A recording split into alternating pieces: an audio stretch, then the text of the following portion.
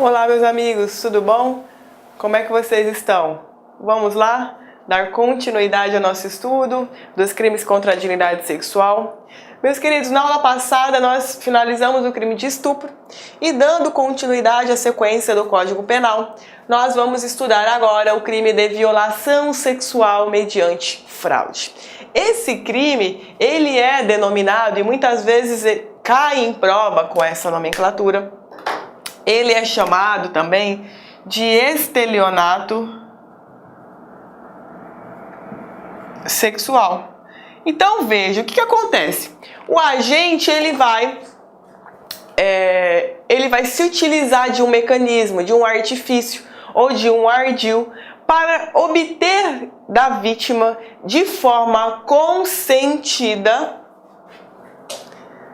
a conjunção carnal ou vai praticar outro ato libidinoso com essa vítima. Então veja, a vítima ela consente que se tenha ato libidinoso ou que se tenha conjunção carnal, mas esse consentimento dela é viciado, porque é obtido a partir do emprego de fraude por parte do agente. Então por isso que nós denominamos de estelionato sexual, porque o artifício ou o ardil são empregados, naquele determinado contexto, de modo que a vítima ela é induzida em erro e ela consente o crime sexual. Veja que a conjunção carnal ou o outro ato libidinoso não são praticados contra a vontade dela, mas veja que essa vontade dela foi viciada em razão do quê? De o emprego de um artifício. Então veja, ter conjunção carnal ou praticar outro ato libidinoso com alguém mediante fraude ou outro meio que impeça ou dificulte a livre manifestação de vontade da vítima. Se o agente ele pratica isso com a finalidade de obtenção de vantagem econômica, nós vamos ter a aplicação também de multa. Então veja, pessoal, que a vítima ela consente. Então, por exemplo, suponhamos que a pessoa, o agente, o autor do crime, ele é um chefe religioso de determinada igreja. Veja que nesse caso, muitas vezes ele pode fazer alguma promessa de cunho religioso para a vítima, desde que essa vítima pratique com ele conjunção carnal, por exemplo. E aí a vítima, fiel à igreja, aquela instituição religiosa, ela pode muito bem achar que de fato isso se cuida de um meio para atingir a finalidade que ela pretende, de cunho religioso. Então veja que ela vai lá e pratica conjunção carnal com esse chefe religioso. Então, nesse caso, estelionato sexual, porque ela não vai acontecer nada com ela não vai ganhar terreno no céu, ela não vai pro céu, ela não vai encontrar com Jesus, que nada aconteceu.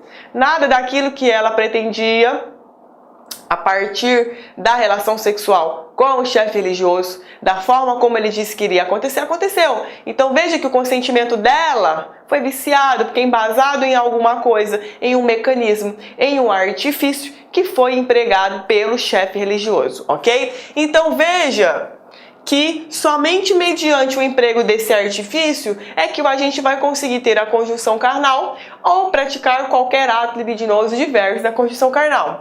Veja que se a vítima, em razão da fraude ou do outro meio empregado, fica completamente privada do poder de manifestação, será estupro de vulnerável. Então, se por exemplo, o agente colocou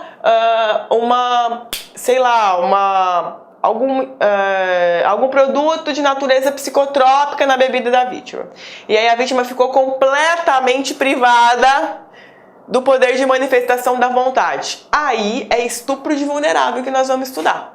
Não vai ser um crime de estelionato sexual. Viu a palavra absolutamente vinculada com manifestação de vontade, sai fora do estelionato sexual. Aí nós vamos estar no campo do estupro de vulnerável, que daqui a pouquinho a gente vai estudar e vai ver do que se trata, tá? Então veja que aqui, relativamente privada, ok? Completamente não. Estupro de vulnerável. Agora, professora, eu posso ter, por exemplo, tentativa desse estelionato sexual?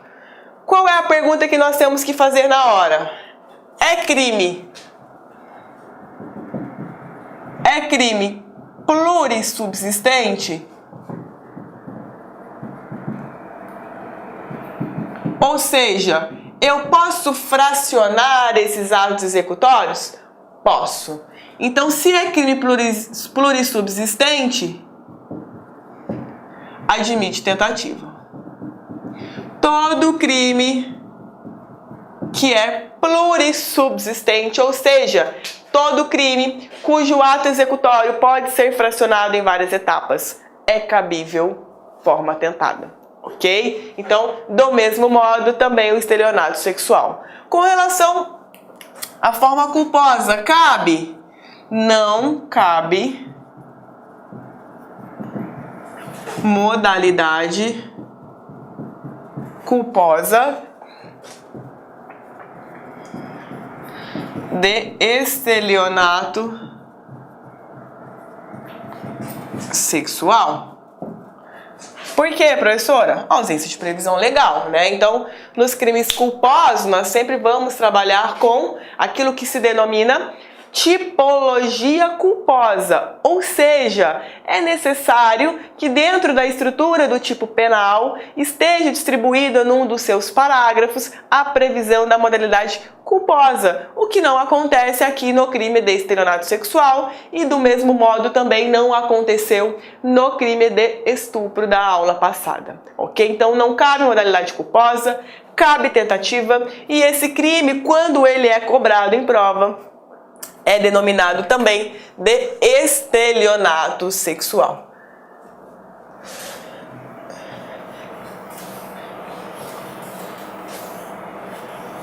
Então veja, como que nós poderíamos criar um esqueminha aqui do estelionato sexual? Então nós temos um consentimento obtido através de artifício. O artifício vicia o consentimento. Ok? Então, eu trabalho com consentimento, no entanto, esse consentimento ele é viciado pelo emprego de artifício por parte do agente. Tudo bem, meus queridos? Certinho? Copiaram? Estelionato sexual, o que nós tínhamos para saber dele, nós já vimos. É um crime comum, do mesmo modo que o crime de estupro, não necessita de nenhuma característica especial, nem do autor, nem da vítima, para que ele seja praticado. Também é um crime material, ou seja, aquele crime que exige uma efetiva mudança no mundo dos fatos. Um crime que exige a produção do resultado naturalístico, ok? Na sequência, gente, qual outro crime? Assédio sexual, 216A. Então, olha lá. Constranger alguém com o intuito de obter vantagem ou favorecimento sexual, prevalecendo-se o agente da sua condição de superior hierárquico ou ascendência inerentes ao exercício de emprego, cargo ou profissão. Então, aqui nós trabalhamos com uma relação de emprego, cargo ou função. Veja que se a vítima for menor de 18 anos, a pena ela é aumentada de 1/3. E aí veja que o assédio sexual, ele vai exigir aqui, meus queridos, características especiais. Porque veja, quem vai poder praticar o crime de assédio sexual? Superior hierárquico. Então não é qualquer pessoa, é exigida uma qualidade especial do sujeito ativo, que é justamente ser o superior hierárquico daquela vítima. Quem vai poder ser a vítima? Não é qualquer vítima, é aquela vítima que está, né, nessa relação de ascendência ou superioridade hierárquica. Quem é a pessoa que está recebendo ordens ou diretrizes do superior hierárquico ou do ascendente? É ela quem pode ser a vítima. Então não é qualquer pessoa que pode praticar e também não é qualquer pessoa que pode ser a vítima. Por isso, pessoal, esse crime é denominado de crime bipróprio, visto que ele exige qualidade barra característica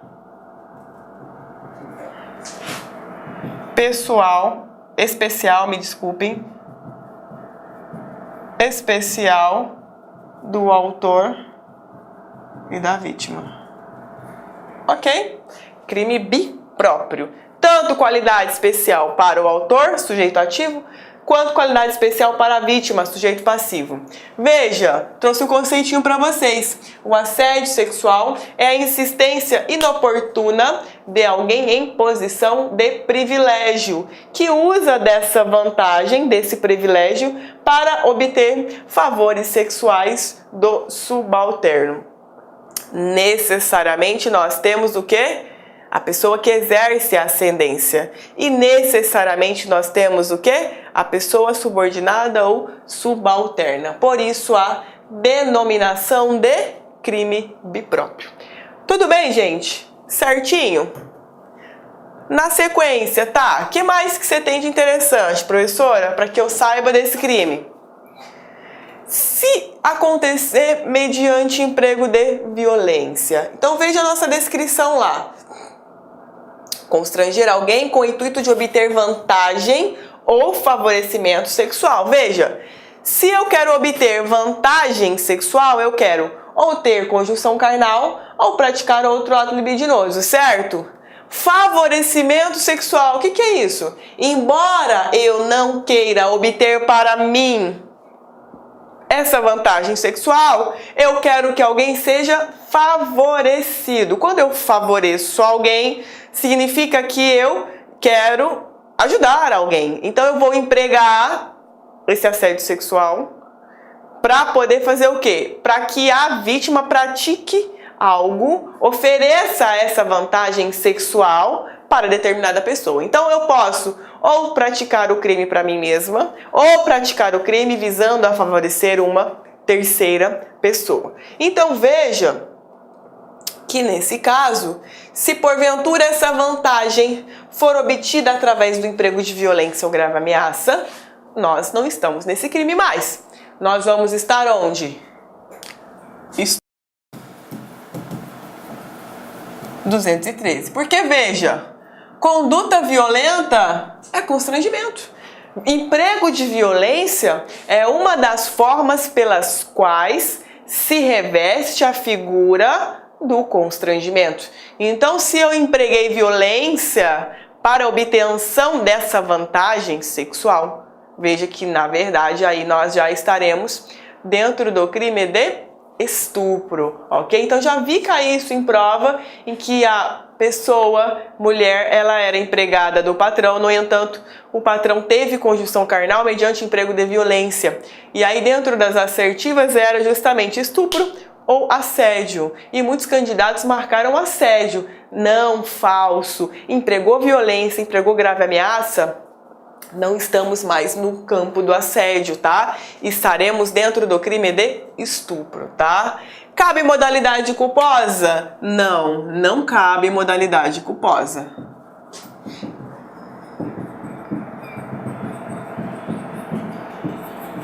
Não cabe modalidade culposa. Veja, aquilo que eu falei para vocês, a vantagem, ela deve ser para mim mesmo ou pode ser para terceiro? Para os dois. Quando diz para si e quando diz favorecimento, tá dizendo o quê? Para terceiro. Então eu posso querer obter essa vantagem ou para mim mesma ou para favorecer alguém. Tudo bem, gente? Então olha lá, voltando no crime. Ai, caiu o pincel.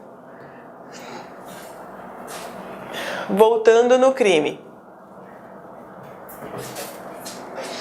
Constranger alguém com o intuito de obter vantagem ou favorecimento sexual, prevalecendo-se o agente da sua condição de superior hierárquico ou ascendência inerentes ao exercício de emprego, cargo ou função. Então, veja, trabalhamos com o que, professora? Vantagem sexual, mais o que? Ascendência hierárquica. Então, na sua prova, no seu esquema, no seu código, você vai colocar assim: vantagem sexual mais para si ou para terceiro mais ascendência ou hierarquia. Então precisamos desses caracteres. Então é isso que você vai colocar no ladinho aí no Código Penal de vocês. A caracterização desse crime é vantagem sexual para a pessoa mesma ou para terceiro e desde que haja essa relação de subordinação. Tudo bem, pessoal? Certo? Claro que o autor do crime ele vai se prevalecer dessa relação de subordinação, né? Óbvio. Para poder caracterizar o crime de assédio sexual. Gente, com relação ao assédio, só para finalizar, cabe tentativa dele? Qual é a pergunta que nós temos que fazer? É um crime plurissubsistente? É um crime plurissubsistente. É crime plurissubsistente. Ou seja, eu posso fracionar a prática desses atos executórios. Portanto, cabe tentativa. Cabe tentativa. É um crime plurissubsistente. Cabe tentativa. Tudo bem, gente? Na sequência, estupro de vulnerável. Então veja, aqui nós trabalhamos com menor de 14 anos. E vejo vocês que aqui nós não temos a palavra... Olá, meus amigos, minhas amigas, sou o professor Luiz Antônio Carvalho, com muito prazer, muita satisfação, estou aqui para fazer um convite muito especial para você que quer continuar estudando com a professora Laila. A professora Laila, professora aqui da Lá Concurso já faz algum tempo, nossa professora aí que nós temos muito orgulho de tê-la no nosso quadro. Ela gravou, entre outros módulos, uma isolada de Direito Processual Penal, é isso mesmo, né? Direito Processual Penal, da professora Laila, tá? Este curso, essa isolada da Laila, ela tem acesso aí de 30 dias, e durante 30 dias você tem aí o direito de assistir quantas vezes quiser e na hora que desejar. Professor, qual que é o investimento? R$1 por dia, é isso mesmo, né? Apenas por R$30 você vai ter direito aí a todas essas aulas de Direito Processual Penal com a professora Laila aqui na Lá Concurso. Então espero vocês, um forte abraço, fique com Deus, tchau, tchau.